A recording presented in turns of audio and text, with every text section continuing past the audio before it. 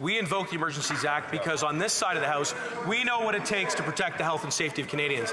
It's Conservatives who need to take a hard look in the mirror and really reflect on the way in which they put at risk public safety by trying to make it a political problem for the Prime Minister. The thousands of hard-working, law-abiding, and peaceful truckers who, quite frankly, have kept all of you alive the last 2 years by filling your grocery shelves with the food that you eat and filling your homes with the products that you rely upon.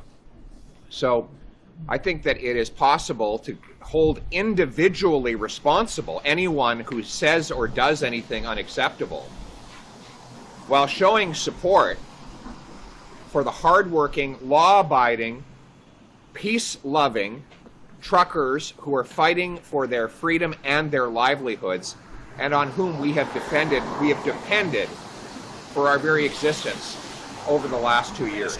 We will never apologize, Mr. Speaker, for doing what we needed to do, which was invoke the Emergencies Act, yes, after consulting, and yes, seeking the advice of police, as you heard the Commissioner of the RCMP say before committee. Mr. Speaker, I want to be absolutely clear that we invoked the Emergencies Act because it was necessary to protect the health and safety of Canadians.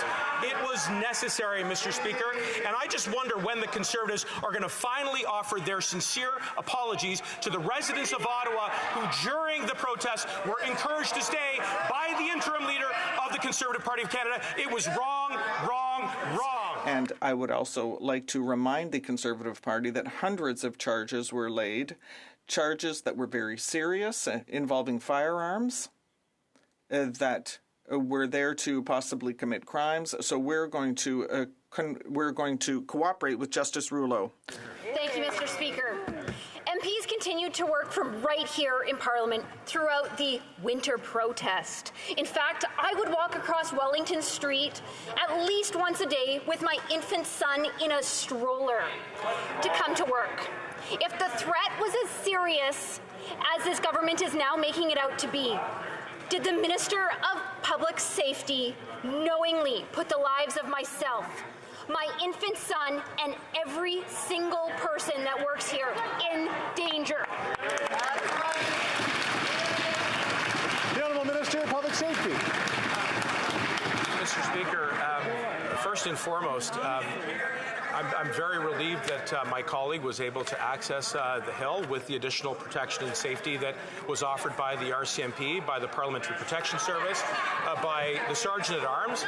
But there's a big difference between what some of us were able to experience on this Hill and what was going on off of this Hill. And I just want to know why it is, to this point in time today, the Conservatives refuse to apologize for their role in putting at danger the lives of the people who live in Ottawa and right across the country with their reckless statements.